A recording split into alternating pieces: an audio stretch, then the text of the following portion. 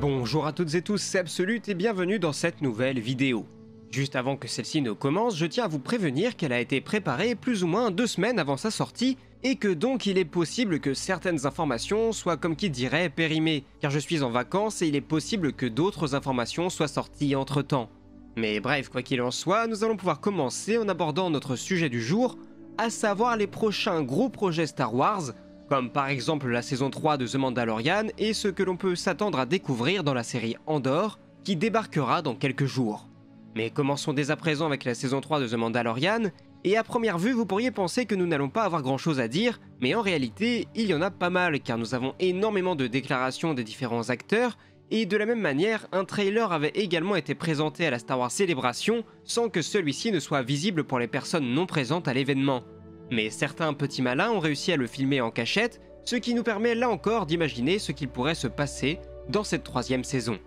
Le trailer s'ouvrait donc sur Din Djarin alors que celui-ci se trouve sur une mystérieuse planète qu'on peut imaginer être les restes de Mandalore, alors que la voix de l'armurière lui redit qu'il a enlevé son masque, ce qu'on avait déjà pu voir dans le livre de Boba Fett. De ce fait, et sans mauvais jeu de mots, elle ne le considère plus comme un Mandalorien et que la rédemption ne lui est plus permise depuis que leur monde d'origine a été détruit. Pour autant, elle nous avait dit par le passé qu'il était possible d'être pardonné s'il était en mesure de se rendre dans les eaux vivantes sous les mines de Mandalore, ce qui explique qu'on le voit dans des grottes dans le trailer selon moi. Nous retrouverons bien sûr son nouveau vaisseau, un chasseur Naboo N1 modifié, mais il sera également amené à recroiser la route de Bo-Katan, qui visiblement a l'air au fond du trou, et elle a probablement du mal à digérer le fait que Djarin soit le détenteur légitime du sabre noir. Din en profite pour venir l'informer qu'il part pour Mandalore pour pouvoir s'absoudre de ses péchés. Il vient probablement lui demander son aide pour se rendre sur la planète.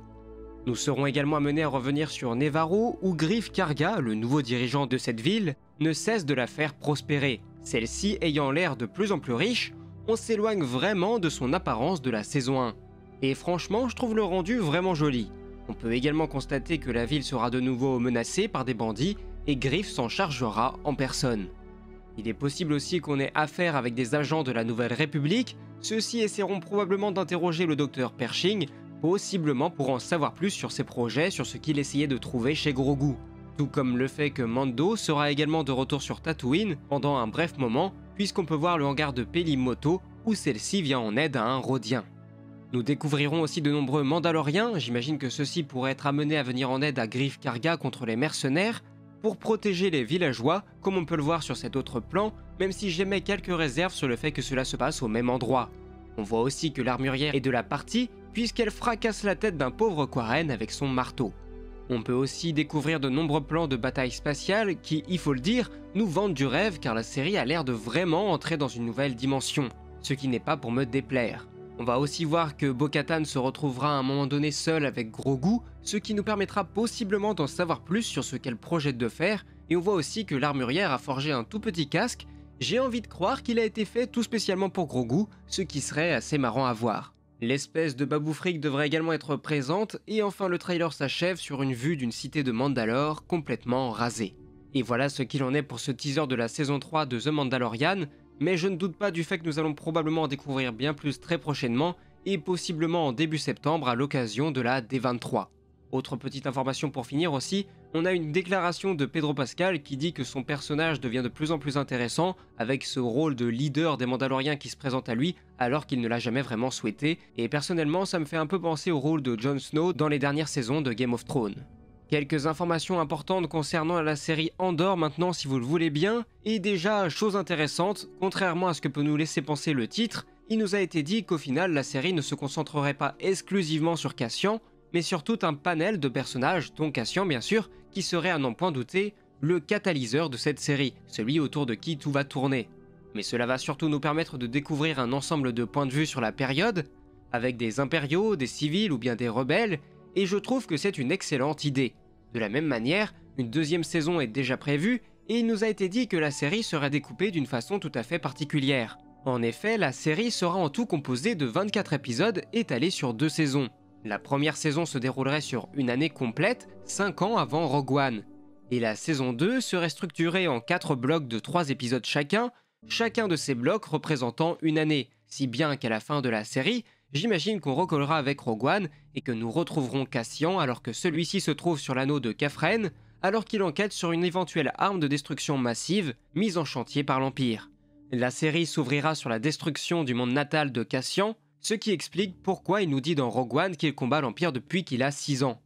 D'après le showrunner, nous allons découvrir l'histoire de ce personnage révolutionnaire, cynique et en même temps perdu, qui n'est à ce moment-là pas au sommet de sa forme. Au fil de la saison, Cassian comprendra qu'il en a marre de fuir et qu'il veut désormais passer à l'action. Il verra également une planète se faire coloniser par l'Empire qui étend sa domination, et l'objectif de Cassian sera de les en empêcher dans cette première saison. C'est difficile de vraiment se hyper pour l'instant, mais je pense que cette série peut nous surprendre très positivement car justement on n'en attend pas grand chose, et rien que pour ça je suis vraiment curieux de la découvrir. Nous avons également quelques infos concernant les séries qui devraient débarquer l'année prochaine, à commencer par Ahsoka, dont un court teaser avait également été dévoilé à la Star Wars Celebration. Dans celui-ci, nous pouvions y voir Hera Syndulla ainsi que le fameux mur de Lothal peint par Sabine, qui sera interprété par l'actrice Natasha Liu Bordizzo, qui nous a d'ailleurs récemment appris que la série serait dans la continuité de Rebels, mais qu'il n'était pour autant pas obligatoire d'avoir vu la série pour tout comprendre. Donc à voir, j'imagine que là encore, nous aurons très bientôt de nouvelles informations.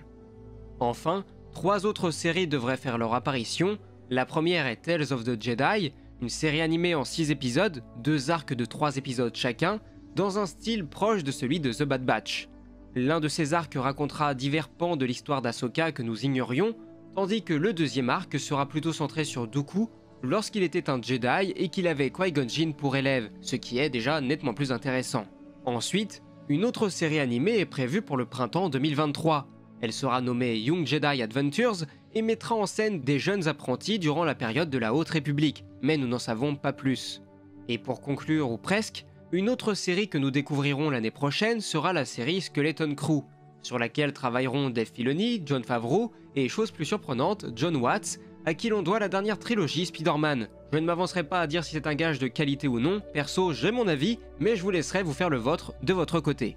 Cette série nous racontera l'histoire d'un groupe d'enfants perdus dans la galaxie, difficile d'en dire grand chose d'autre, si ce n'est que Jude Law est au casting. Ah, et pour finir, et tant qu'on y est à parler de casting, nous avons récemment appris que l'actrice Amandla Stenberg, que vous avez déjà pu voir dans le premier Hunger Games, a été castée pour interpréter le rôle principal de la série L'Acolyte, qui mettra en scène un personnage en lien avec le côté obscur des années avant la menace fantôme. Mais sur ce, voilà ce qu'il en est pour ce point news concernant les prochaines séries Star Wars. Comme d'habitude, je vous rappelle que vous pouvez soutenir la chaîne de différentes manières, que ce soit en me faisant un don sur Utip ou en rejoignant la chaîne, mais vous pouvez aussi tout simplement laisser un pouce bleu, partager la vidéo et vous abonner gratuitement à la chaîne, ce sont des petites choses qui lui permettent de poursuivre son développement. Enfin bref, moi il ne me reste plus qu'à vous dire à la prochaine pour de nouvelles vidéos, c'était Absolute et que la force soit avec vous, ciao.